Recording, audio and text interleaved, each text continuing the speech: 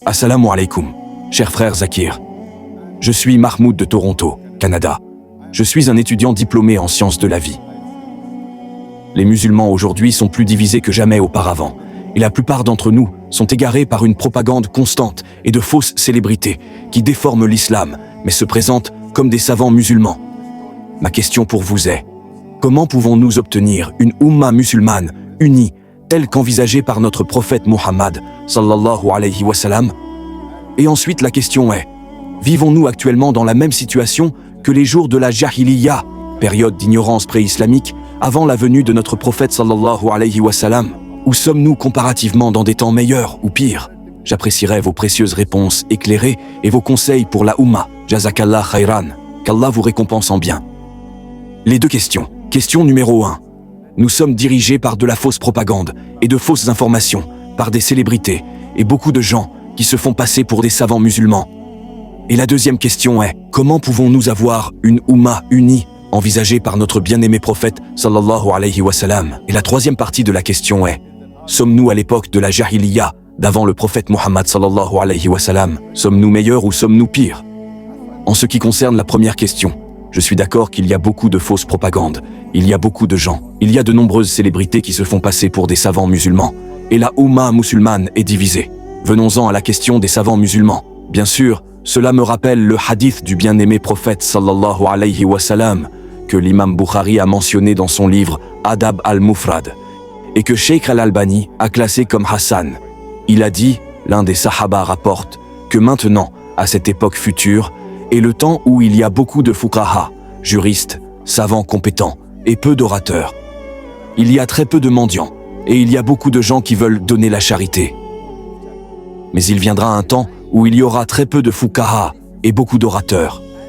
Il viendra un temps où il y aura beaucoup de mendiants, et peu de gens donneront la charité. Et il y a divers hadiths, dans lesquels le prophète sallallahu alayhi wa sallam a dit qu'il viendra un temps où des gens qui n'auront pas de connaissances commenceront à parler de l'islam.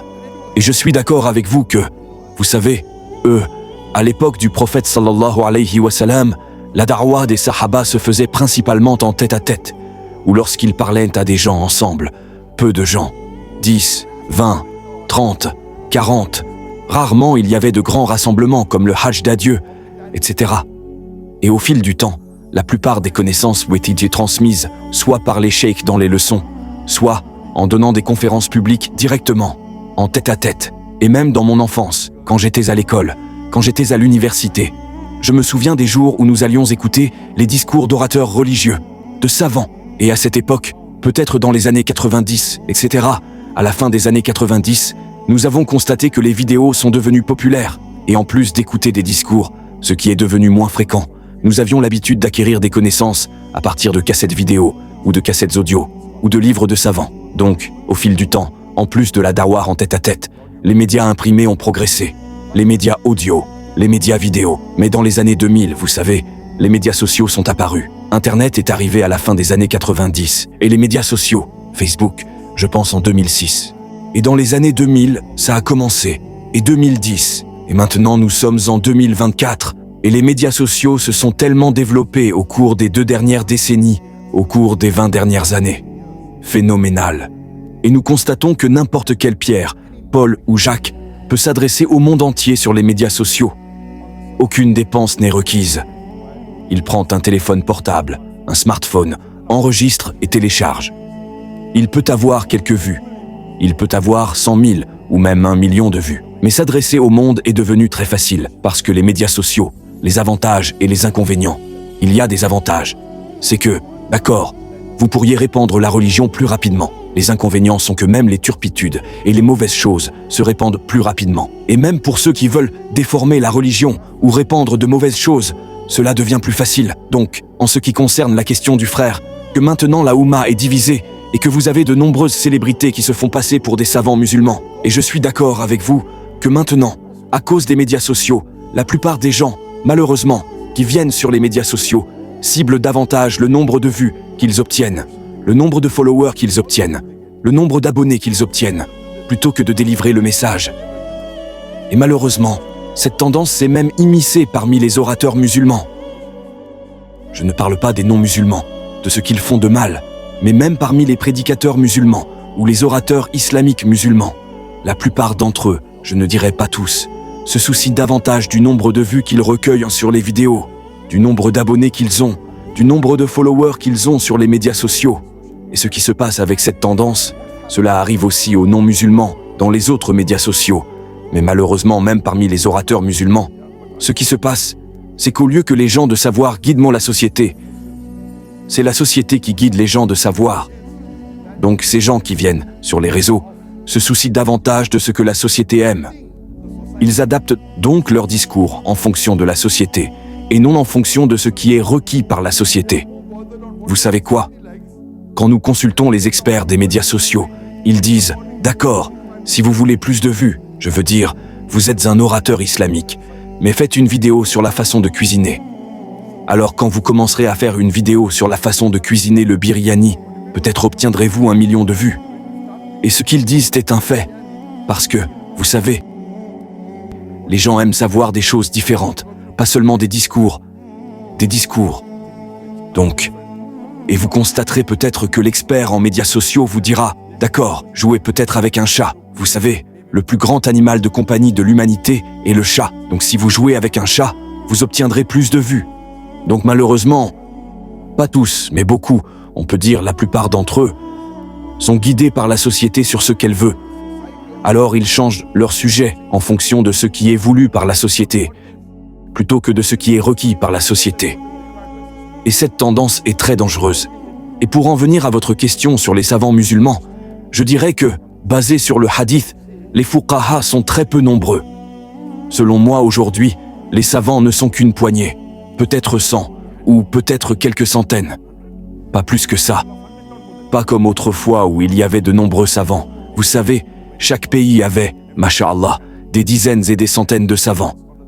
Maintenant, dans le monde entier, si vous devez en nommer, vous pourrez à peine nommer 100 savants, laisser de côté plus que cela. Et c'est la raison pour laquelle quand quelqu'un m'a demandé, il y a de nombreuses années demandez au docteur Zakir, et j'ai nommé quelques savants. Ils étaient une poignée, et jamais je ne me considère comme un savant. Je me considère comme un étudiant en sciences religieuses, et je me considère comme un da'i. Et le rôle du da'i est d'acquérir la connaissance auprès des savants, et de la rendre accessible aux masses. Acquérir la connaissance auprès des savants et la rendre acceptable, la rendre digeste, la rendre acceptable pour la Oumma ou pour les non-musulmans. Donc, les rôles des gens comme moi qui sommes des da'i, nous ne sommes pas des savants. Nous ne nous faisons pas passer pour des savants, et je ne me considère pas comme un savant. Je suis un étudiant en sciences religieuses, et je me considère comme un da'i.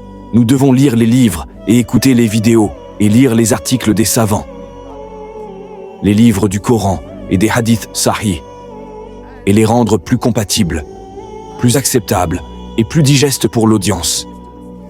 Mon rôle est donc d'obtenir l'information auprès des savants et de la rendre acceptable pour les masses. Venons-en à votre deuxième question. Que faut-il faire pour envisager l'idéal pensé par le prophète Muhammad sallallahu alayhi wa sallam d'une seule Ummah?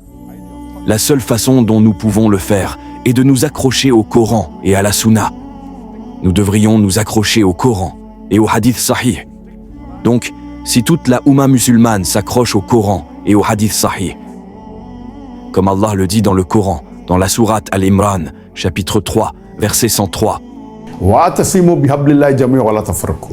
et cramponnez-vous tous ensemble au câble d'Allah et ne soyez pas divisés. Le câble d'Allah est le glorieux Coran et les hadiths authentiques du bien-aimé prophète sallallahu alayhi wa sallam.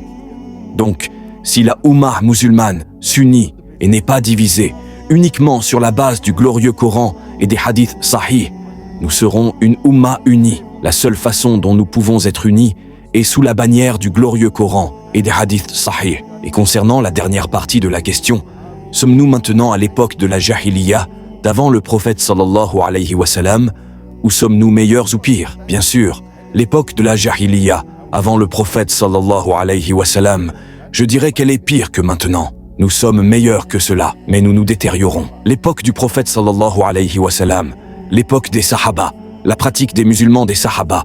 Vous savez, après les prophètes, après les Anbiya, la meilleure génération était la génération des Sahaba, les compagnons du prophète sallallahu alayhi wa sallam, Les Khulafa Rashidoun, califes bien guidés, les Sahaba, ils étaient les meilleurs. Au fur et à mesure que les générations se succèdent, nous constatons que nous nous éloignons de plus en plus de la religion. Et maintenant, nous sommes à plus de 1400 ans de l'époque du prophète sallallahu alayhi wa sallam. Et bien sûr, les temps se sont détériorés. Les musulmans descendent de plus en plus bas.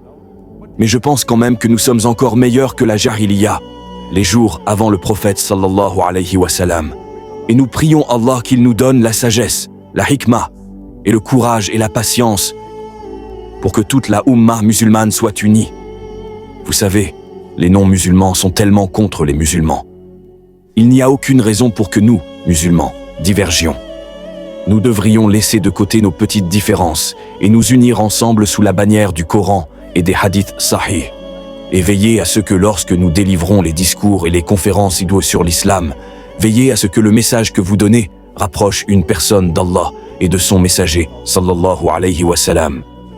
Veillez à ce qu'il se rapproche d'Allah et du messager, sallallahu alayhi wa sallam, pour que, incha'Allah, nous tous, nous prions Allah, le Seigneur de toute la Ummah musulmane, nous entrerons au Jannatul Firdaus, le plus haut degré du paradis, incha'Allah. Amin.